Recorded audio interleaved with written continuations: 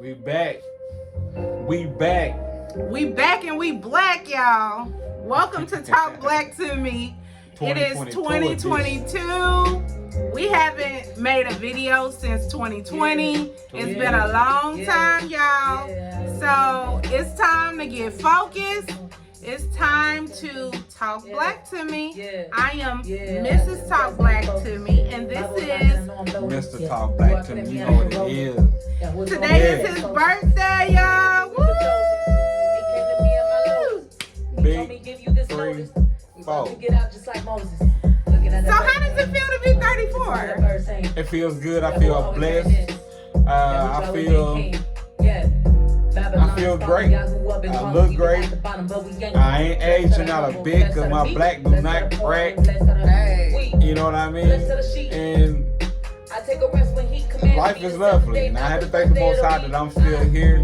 Seeing another 60. The enemy creeps. The enemy want to see 360, 365 around.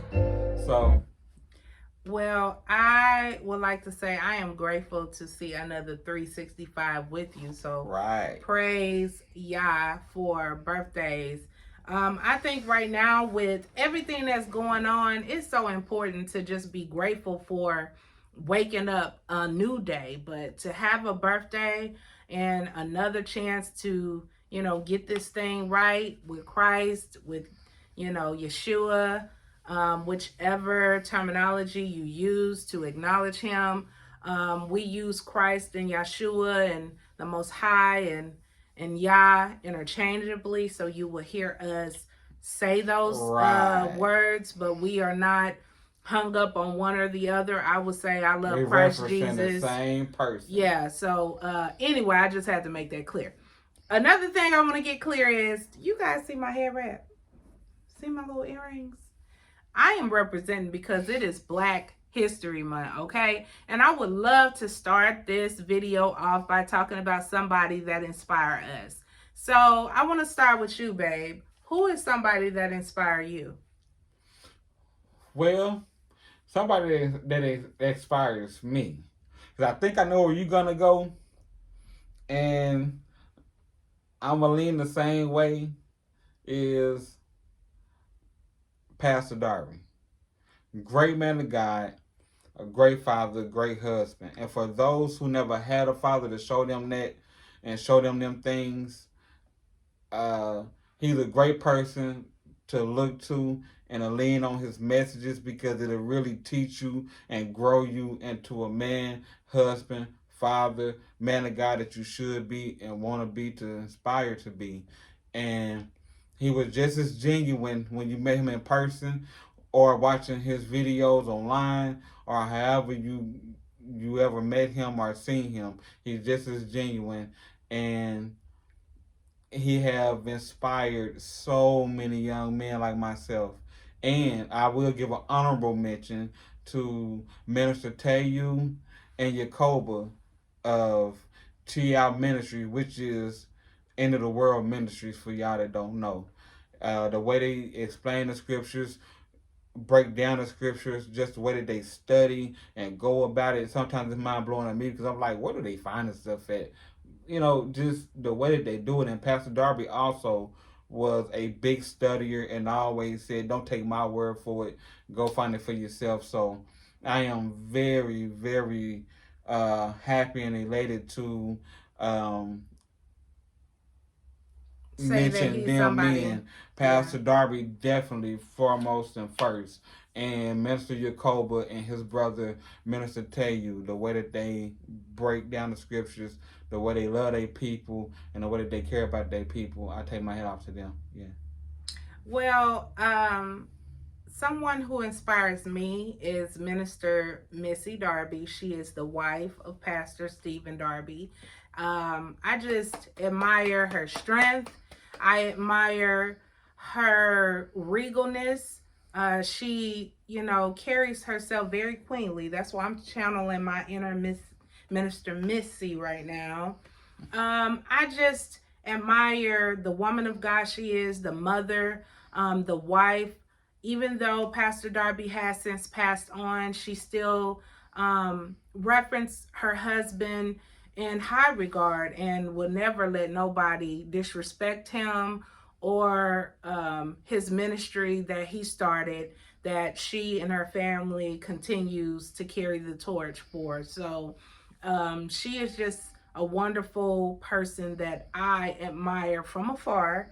And I'm just always in awe at her messages when she gets up there and preach. And also, I would like to give a shout out to Wake Up Hebrews, Bishop Danny Coleman. I am so like listening day and night to his messages. Of course, his channel gets attacked often, but he must be doing something right. That's exactly correct. When they attack your channel, you must be doing something and saying something right. So I just wanted to give his channel a shout out. And all of these wonderful, beautiful people that we're mentioning all have channels that we are going to put down in the description box, the links. Also to Sister Britt Yah, the music that we were playing. I'll put the link in for her music. She's real dope. But so this video is really a gumbo of a video. We really don't have specific topics that we want to talk about, but we just wanted to get on here and just, just kind of, vibe and have a conversation about whatever we want. This is birthday edition because it's his birthday today.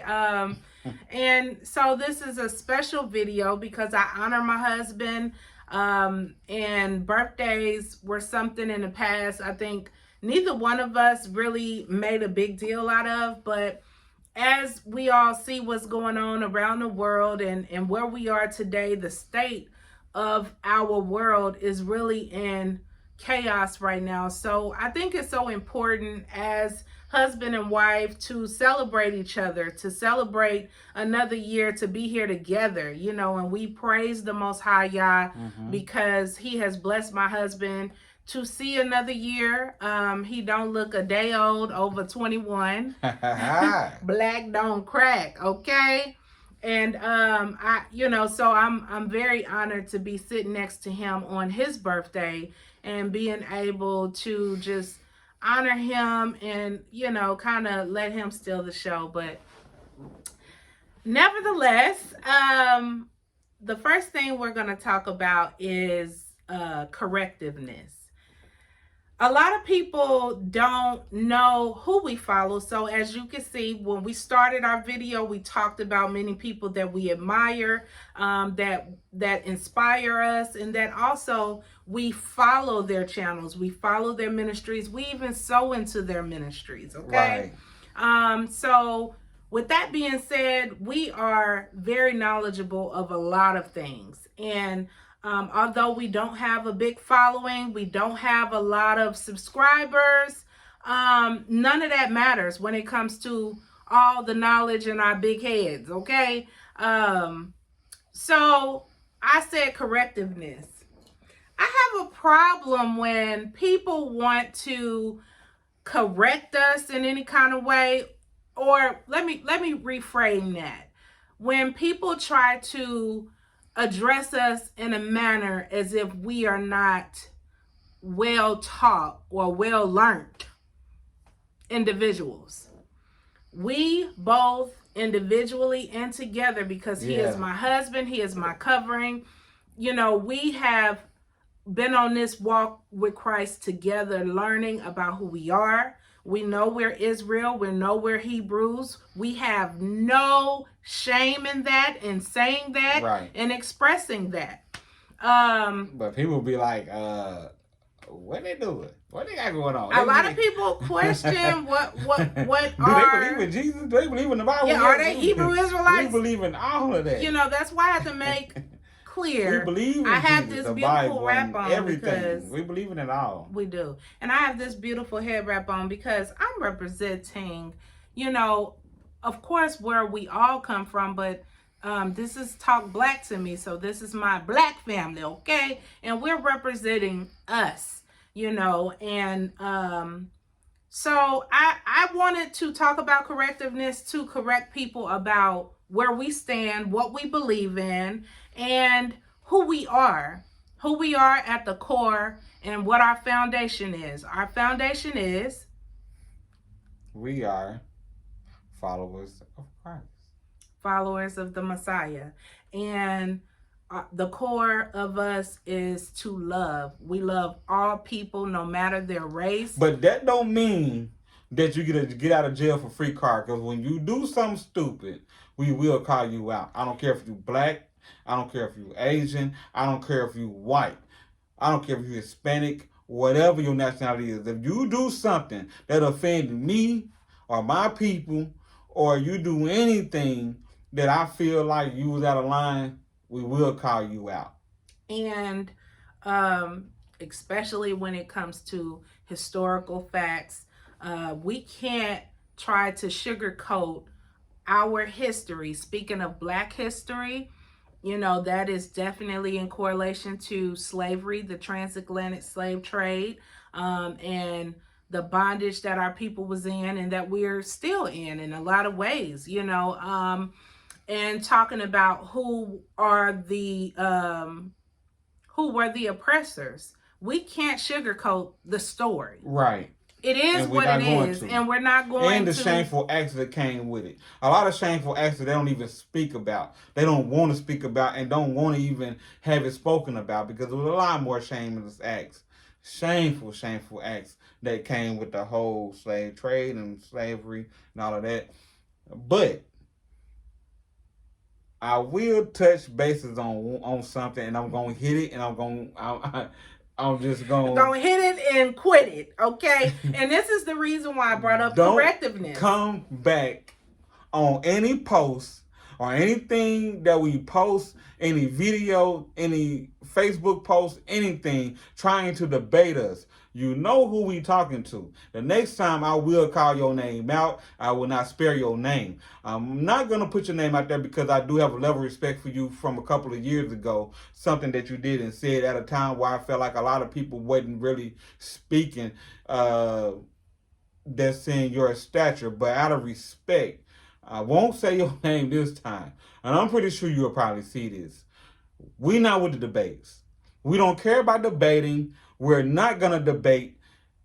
It's not about that. And I didn't feel like you came from a genuine place. You just came on trying to debate when you could have just, you know, made your statement and said your piece and gave your well wishes and just went on. We know not everybody going to agree with everything that we say or none of that.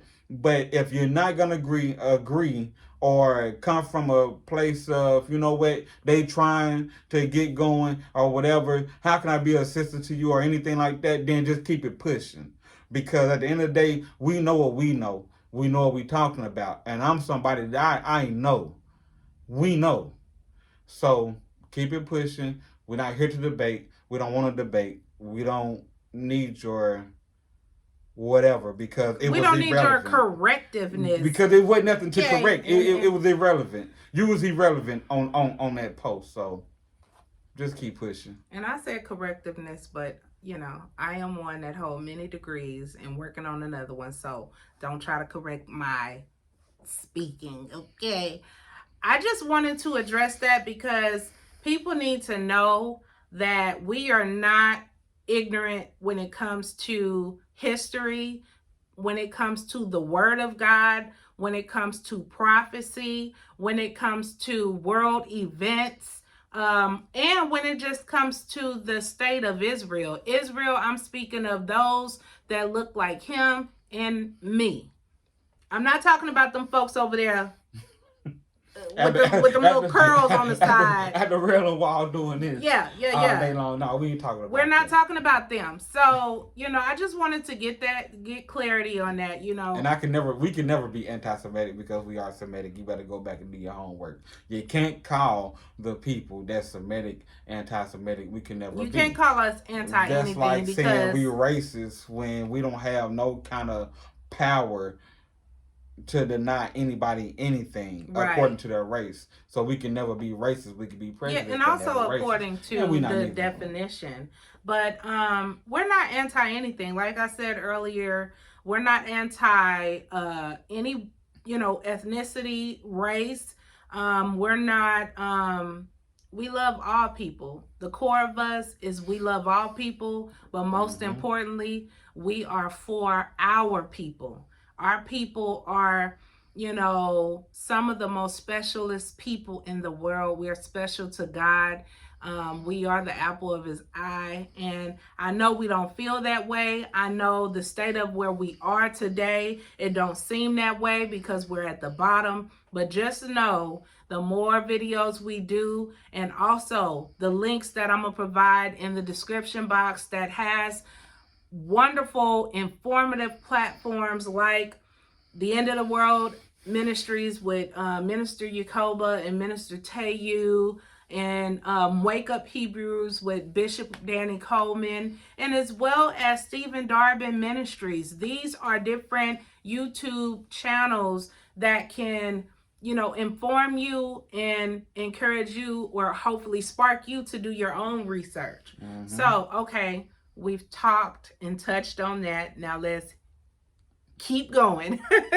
So, who out there is buying ammo, getting firearms, and actually using them, shooting them? What is your favorite gun? How advanced are you with your guns and ammo and stuff like that? What you doing? Because we went shooting last Saturday, and was it Saturday? Was it Saturday or Sunday? I think it was Saturday. It was Saturday. Mm-hmm. And we took our baby girl. We took her shooting with us.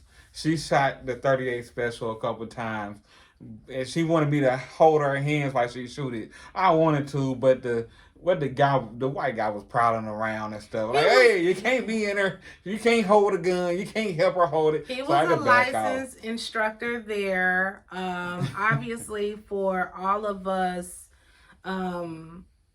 practitioners, I would call us, just to make sure everybody was doing what they should. And he was very annoying. I'm not going to lie. Good Lord. We have been to this place multiple times, but this was our first time bringing our daughter there.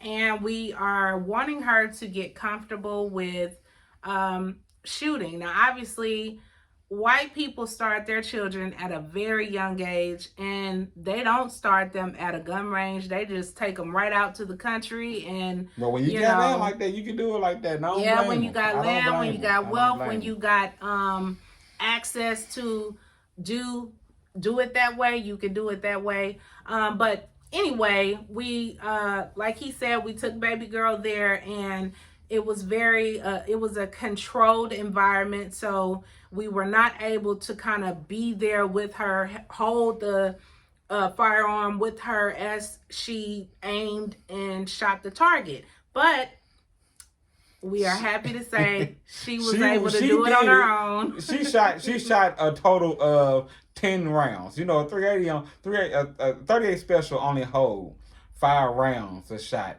She shot a total of 10 rounds. After the second round, a shot, she didn't want to do it no more. She was pretty much done. But when we went to look at guns to buy her one, one of the workers suggested that we get her a 22. Because the recoil is a lot less powerful, and also the bullets are they about this big. They're tiny bullets. So it was like, oh, tiny bullets for a tiny baby. I need them big boys, because see, them little bullets, I don't think that ain't gonna put Freddie or Jason down coming through the door. I need them big hollow points. Look, I ain't gonna play with you. Hey. Well, obviously he got the big guns and the big bullets. But for me and baby girl, like I feel like I got the mama bear guns and bullets. Mine are not as big as his, but they're not as small as hers. No, you're right. The medium. I'm right in the middle, which is perfectly fine. I did a lot of headshots on my target, so I did very good. And maybe we could get some pictures of them targets, because when I say, look, we was lining them things up, headshots, all that. I will add all pictures to the video for y'all to see. We'll add the videos. Hey. But I think that that's very great that you're talking about that, because one thing I've noticed about black people, and I'm not gonna lie, when we bought our first firearm, that was the first time I've ever bought a gun. I never 30. When did we buy our first gun? 32. It was 32 or 33. I want to say we was 30. 31. 31. We were 31. So, because I remember saying to my husband, out of 31 years being on this earth, I never had to carry a gun. I never thought that I would own a gun. But, mind you, this is at a time where there were so many murders that were going on, of unjust killings of, young black men and women who, were, what am I trying to say? They didn't have any guns on them. They didn't have any weapons on them. And they were being murdered and shot. And seemed like we were being hunted down. So it literally got, I would say, the black community in a state of panic, because it was like, well, are we being hunted? Do we need to go buy firearms? Because when you look at the statistics, and I'll put it in the video, you can see how African Americans were going in droves to go buy firearms and ammo, and it was all during the time when we were seeing all these killings going on. And not only that, but we seen where things was going for us, the black-white relations and stuff like that. Absolutely. And just knowing that hard times like what we're living in now, where there's a lot of burglaries and robberies being committed and different things like that, and just hard times that's coming and people going without, and so you're gonna need something to protect yourself. So we bought that one, so we got a feel for it, and then we just kind of. You keep looking off to the side. Look at the camera. Okay. Talk to our family. And then we just kind of snowball from there. But at the end of the day, you need to have something, whether you're a woman or a man, whatever. You need to have something to protect your family. Of course, the ideal situation is for a man that's in the home, who's over the home, the protector, to have something, and the mom have something, and y'all go in and do it like that. But if you're a woman, if you're a woman and you're single and you're on your own, you gotta protect yourself, you gotta protect your kids, and you gotta protect just the stuff that you have, the basic necessities and stuff that you have to try and survive from day to day, because we know that things is getting harder. Inflation is hitting like never before. We spoke about this 2 years ago, some of this stuff on our last video, and so it's just getting crazy. But you gotta have you some protection. Yeah, absolutely. Also, since we're talking about, what you should have in this time, in a case of when stuff hit the fan, are you buying extra food? Are you buying extra water? And how many of y'all are really, with the prepper's mind, like extra food, extra water? And if so, if you do have a prepper's mind, how do you go about it? What's some of the things that you picking up extra when you go inside the store? If you would just drop that in the comments, and we will respond back to you. It's interesting to know who's out there, and who's getting what. Because we had to do our research when it came to the prepper lifestyle. Excuse us. Like I said, this is live. It's his birthday, so a lot of people are calling. Oh, this is baby girl school. I talked to them already. Okay. So, but we've done our research, and the prepper's lifestyle can get very expensive, and especially for our family. We know that we are all working on a budget. So it's important to do your research and only invest in what is necessary. And again, I've said this, I don't even think we shared that video that we did no, prepping. we never did. I said this to y'all before. We never shoot. We never posted it. Maybe that's another video that I'll post. It's a video we shot a while back. It's just something that we could just throw out there to you like a gift. But in that video we cover preparation. And we cover a lot of specifics in it. So I'll probably add that as well. I'll probably upload that video soon. But I think it's important for our Talk Black family to don't forget about buying extra food, extra water. Of course, you need to protect yourself and your family. So ammunition and firearms, as well as other what you might deem as miscellaneous. But if power went out, do you have flashlights? Do you have candles? How would you light the candles? Do you have matches or do you have lighters? Just an emergency plan all the way around. Yeah, do you have a first aid kit? A lot of families don't even have first aid kits in their homes. And they can also go to Pastor Stephen Darby. Yes. Because we're gonna put it down inside the link. His we're gonna put YouTube, the link in the box. Yeah, we're gonna put the link in the box, and you can go and check out Preparedness 101. He did like a whole 2-hour long video covering everything. And so you know what? I won't even post our video. We would just send them on to Stephen Darby Ministries. Like you said, and that's really all you need, because that is how we got started. We started out when we moved from our last place. All we had was 2 cases of water and a couple of cans of green beans and corn. Some peanuts. And we had a bag of peanuts. Because we watched Pastor Darby video, Preparedness 101. And we were like, oh my God, we don't have anything. Been slipping. And so it was like, well, we ain't got that much money, so what can we do? We did what we could. We did, and that was what we could get. We were just trying to make it. We were just really trying to make sure we had something. So if it went down the next day and we couldn't go nowhere, and we got some water, some cans of green beans and corn and some peanuts.